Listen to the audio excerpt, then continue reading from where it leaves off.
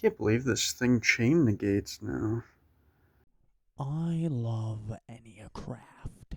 I have loved enneacraft since the moment it got released. I was at the time up with my friend and my partner in a cabin in the woods in this tiny remote town that has a population of about 100 people. And I remember seeing the cards announced for Phantom Revenge, and I was kind of love at the first sight. I love flip archetypes. As a kid, I had this dog shit gravity bind, like made of the guts of an Atlantean structure deck, but it's gravity bind with like 3 man-eater bug, 3 snowman eater, like just some degenerate shit. So I love flip archetypes. And more than that, I love pendulums. My second like structure deck ever was the Time Gazer pendulum structure deck. And I didn't even know what they did at the time. No clue what they did at the time. But it was kind of love, just looking at the weird card design, something so different from any card I had ever seen before this. Enneacraft is the mix of two of my favorite things about Yu-Gi-Oh! Obtuse card design, forgotten archetypes that are kind of dog shit, and beautiful art. Like, I just love the theming, the way whale looks, the way spider looks. Like, it's just beautiful to me.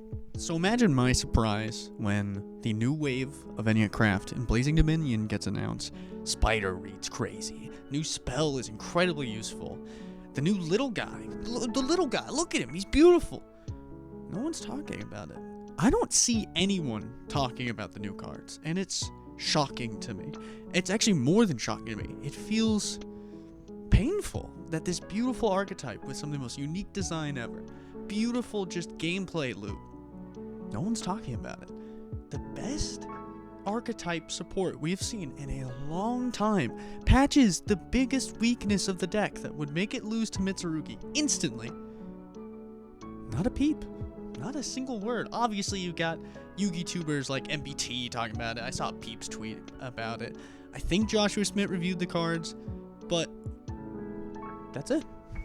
No one deck building with it. No one talking about it. What's going on? Why is there no love for enneacraft? So that's why I'm here. I want to get people excited about enneacraft. More than that, with the rarity reveal of the cards, with the max rarity of the new support being super, which is crazy, by the way. Don't know who the fuck I blew off at Konami to get Spider to be super rare, but they're crazy. I want people excited about this archetype. As excited about this archetype as I am for it. Because I love enneacraft. I want other people to be happy with this deck too. Enneacraft is a pure control deck. Now, what does that mean? When you think about control decks in the format, you might think about something like some Primite variation. You might think about the classic Runic Stun, that sort of thing. These stun decks and heavy control decks are often too much stonewalling, you know? I talked a little bit about how with heavy combo decks, they can just set up too many points of interaction. They can hand rip you for 4. They just keep you from playing the game. That's not fun to me. That's the worst part of Yu-Gi-Oh! To me. When you have to sit there, watch your opponent do an unskippable cutscene, and you die. That sucks. That's not fun. So, control decks to me have always felt like they're just a different form of combo deck, right? You shorten the combo to 1 minute where you slap down a Vanity's Fiend, you flip a skill drain and an anti-spell, and you pass back to your opponent. My favorite part, and I think most people's favorite part of Yu-Gi-Oh! Is the interaction, is the back and forth, the pull and take of passing back to your opponent and seeing what they can do and how you can stop them. That's the fun part. So why not play a deck that purely focuses on the most fun part of Yu-Gi-Oh!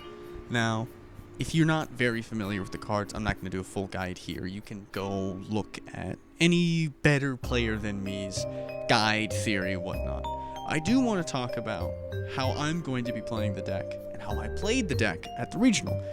29th, X3, do that information as you will, blah, blah, blah, whatever. It's won the majority of the games, and every game I played was fun. In fact, my most fun game of all time that I've ever played happened at this regional, round 4, because it was the most interactive, interesting game I've ever played. And it's thanks to how these cards are designed. None of these cards are proactive in the sense of, like, you know, with a 60 card yummy pile like Triff plays, where you do your combo, and because you are proactively choosing to set up your combo and rip cards out of their hand, your opponent doesn't get to play. That's not how this deck works at all. Your opponent has to play for the deck to do anything. And that's how it should be, at least in my opinion. We should be playing a game that encourages back and forth. And with enneacraft, your opponent has to play for you to do anything. Your opponent has to play for you to flip up your cards and get more effects off of it, to stop them, to interact, to keep them from killing you. The whole idea isn't necessarily to lock your opponent out of the game completely. The whole idea is to, as your opponent plays the game, if they search, you can flip up Alonzo, or whatever the fuck his name is, rip a card out of their hand, and you get to search. That's the kind of effects enneacraft has. They want to lightly disrupt your opponent, keep them from killing you, while creating more advantage, so on your next turn, you can slap 5 guys down from your hand again, and pass back. That's the idea. You want to control the board state, let your opponent play the game, so that later on, you can get more resources them, and eventually win. Editing Faye here. I just wanted to talk a little bit more before moving on to the next section about the idea of reactive and proactive interaction. I touched on it a little bit when I was discussing how enneacraft monsters play generally, but this idea of proactive versus reactive is really important to the design of these cards, but also how I feel like most cards should be designed as disruptions, you know? This is coming off the back of a little context. One of the main people I do testing for regionals and stuff plays Archmage. One of the new Archmage cards is this counter trap that you set and just negates a monster effect turn 1 or whenever you set it, right? And something that's really frustrating about playing against this deck is that counter traps end the chain that they're on. So your counterplay is nothing. You can't do anything. And that's really frustrating to me. Enneacraft cards work so well to me as disruptions, as interesting and fun disruptions, because they never close the chain. They have very specific conditions that you can know and expect, even if they're all face down and you can only have a guessing idea of what's all there. That's interesting. The shell game of predictions and needing to know what you might need to be worried about, while your opponent, the enneacraft player in theory here, is trying to figure out when to use their stuff, if they need to save things, which cards they need to search and prioritize having on the field at a time. That's really cool to me. Proactive interaction makes it so that your opponent doesn't get to interact with you. You are proactively choosing to stop them from playing. Reactive means you are sitting there letting your opponent play the game and you are responding. You are trying to keep them from killing you, but not stop them from playing the game entirely. And that is the perfect way to design disruption, in my opinion.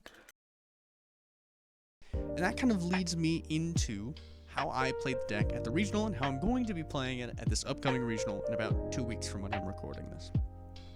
I've seen some people talk about enneacraft boards in the hopes of like setting a whale with reverb to flip it and book everyone, and like 4 little guys and 1 of the big guys, usually Leon, because Leon will interact, or with the new support, Spider, because it will chain negate. However, I didn't play with trying to get the maximum disruptions out of my board. That's not how I played it.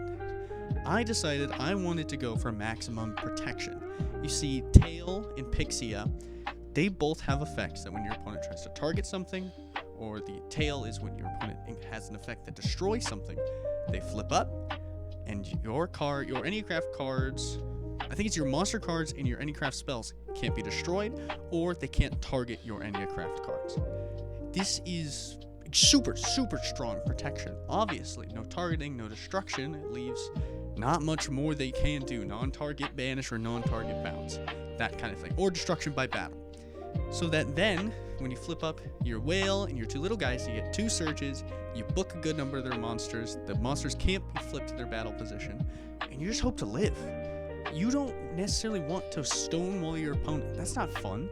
That's not what these guys want to do. They want to let your opponent play, you stop them enough where they can't get rid of your board, they pass back, you set your 2 scales, you flip up a bunch of guys, burn them for a whole bunch, reset your guys, pass back, repeat the process.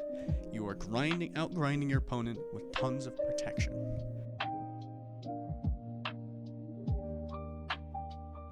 So there you go.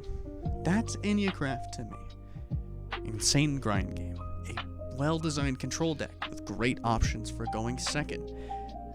Cards that encourage your opponent to play the game so that you can both, have a good time, interact back and forth. A deck with a unique gimmick and encourages skill expression through knowing when to flip your guys, which cards to search, what guys to put down, matchup knowledge, that sort of thing.